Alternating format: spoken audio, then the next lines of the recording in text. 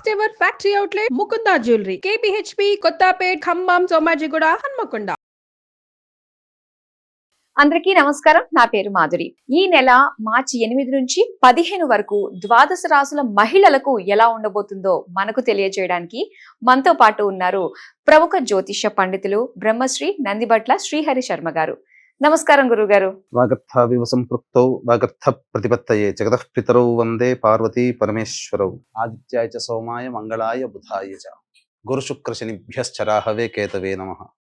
శృంగేరి జగద్గురు పీఠాధిపతులకి కంచిపీఠాధిపతులకి నమస్కారములు తెలియజేసుకుంటూ కార్యక్రమాన్ని ప్రారంభిద్దాం. గురుగారు, మరి వృషభ రాశి మహిళలకు ఎలా ఉండబోతుందో తెలియజేస్తారా?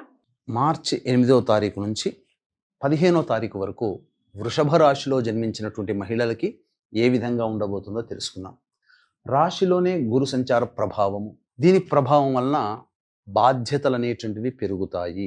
ముఖ్యంగా మీ మాటకి విలువ ఉంటుంది, అందులో సందేహం లేదు. కుటుంబంలో ఇప్పటి వరకు మిమ్మల్ని చిన్న చూపు చూసిన వాళ్ళంతా కూడా గౌరవ మర్యాదలతో ఆనందంగా స్వీకరిస్తారు. అంతేకాకుండా ఇక్కడ ప్రధానంగా గమనించాల్సినటువంటి అంశం ఏంటంటే, మీ యొక్క శ్రమకి అలాగే మీ యొక్క పనితనానికి తగ్గట్టుగా గుర్తింపు లభించకపోవడం అనేటువంటిది కొంత మీకు విచారంగా ఉండేటువంటి సమయం.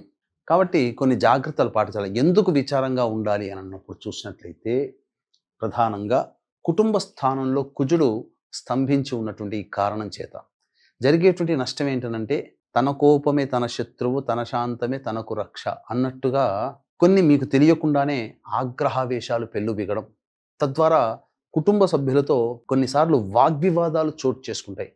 కాబట్టి కోపాన్ని ప్రదర్శించే సమయంలో తగ్గి ఉండండి. తద్వారా ఏమవుతుంది, ఈ కుజ ప్రభావం మైన్యూట్ అవుతుంది.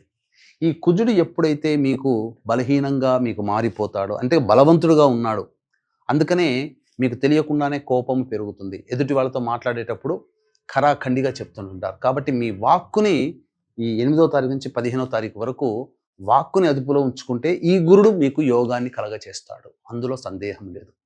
ఇక దశమ స్థానంలో రవి శని యోగించేటువంటి సందర్భం. ఉద్యోగపరంగా నిరుద్యోగస్తులు ఎవరైతే ఉన్నారో వాళ్ళకి మంచి శుభ పరిణామం. ఇంతకుముందు చెప్పాను కదా, గురుతర బాధ్యతలు పెరుగుతాయని. హోమ్ మేకర్స్గా ఉన్న వాళ్ళైతే, గృహిణీలు అయితే వాళ్ళకి ఇంట్లో బాధ్యతలు పెరుగుతాయి.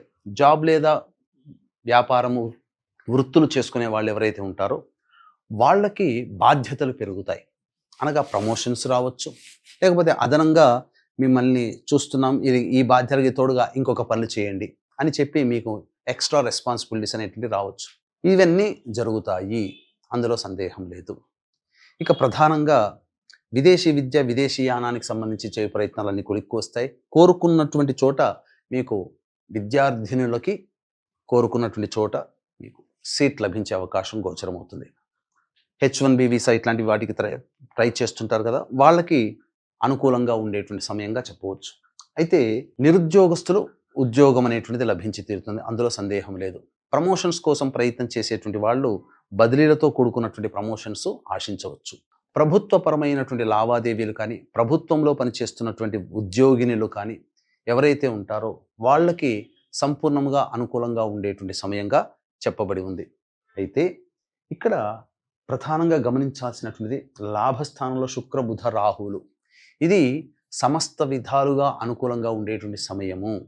నూతన వ్యాపారాలు ప్రారంభించాలనుకునేటువంటి వాళ్ళు చక్కచక్క పావులు కదుపుకోండి, అనుకూలంగా ఉంటుంది. ప్రణాళికలు ఏవైతే అనగా ప్లానింగ్ ఏదైతే చేసుకుంటారో అది ఇంప్లిమెంటేషన్ చేసే ప్రక్రియ మొదలు పెట్టండి, మీకు అనుకూలంగా ఉంటుంది. ఇక ప్రధానంగా ధనపరమైనటువంటి సమస్యలు ఏవైతే ఉంటాయో అవన్నీ కూడాను తీరుతాయి.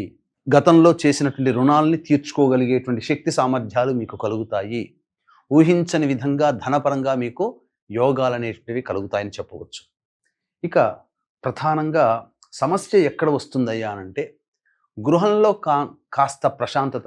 ఈ కుజుడు స్తంభించి ఉండడంతో పాటుగా గృహస్థానములో సంపూర్ణ చంద్రగ్రహణం 14వ తారీఖు రోజున ఏర్పడుతున్నటువంటి కారణం చేత ఈ 14వ తారీఖు తర్వాత కొన్ని మార్పులు చేర్పులు కుటుంబంలో చోటు చేసుకుంటాయి.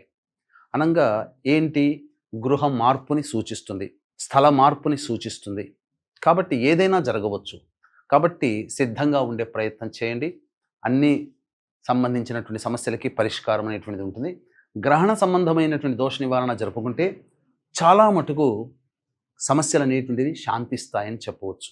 అయితే ఇక్కడ ప్రధానంగా మనము దైనందిన జీవితంలో ఏ వృత్తుల్లో ఉన్నటువంటి వాళ్ళకి బాగుంటుంది అని అంటే, ప్రధానంగా బాగోలేని వృత్తులు చెబుతాను. మిగతా అన్ని వృత్తులు బాగున్నట్టే లెక్క. ఏ వృత్తుల్లో బాగోలేవు అనంటే రియల్ ఎస్టేట్, న్యాయవాద సంబంధించినటువంటివి, రైతులు అనగా భూమికి సంబంధించినటువంటిది, మైనింగ్, ఎలక్ట్రానిక్స్ అండ్ ఎలక్ట్రికల్, అలాగే సాఫ్ట్వేర్ సంబంధించినటువంటి ఉద్యోగాల్లో ఉన్నటువంటి వాళ్ళకి ఇది అనుకూలంగా లేని సమయము ముఖ్యంగా చెప్పవచ్చు.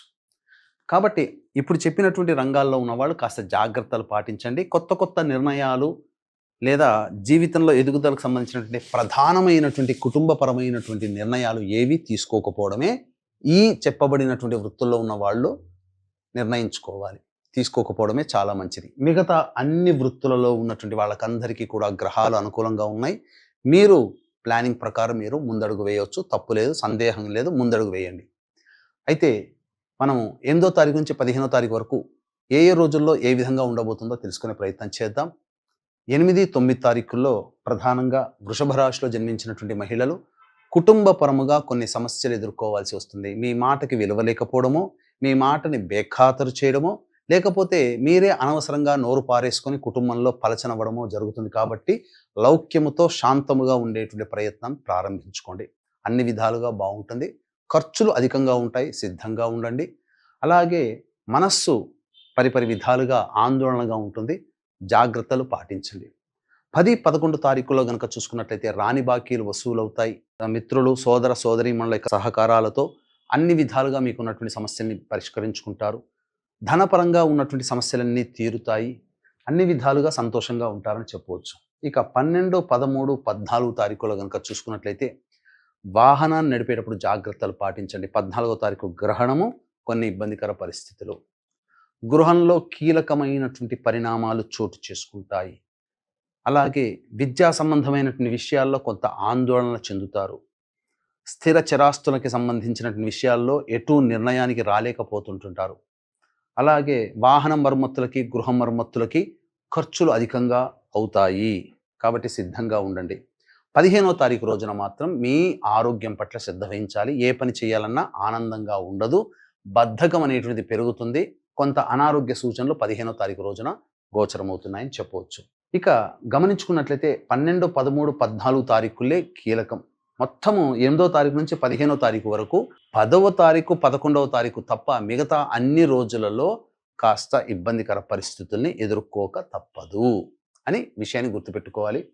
ఇక 14వ తారీఖు రోజున సంపూర్ణ చంద్రగ్రహణం America, Canada, Mexico, New Zealand, Japan, Australia వంటి నగరాల్లో కనబడబోతుంది.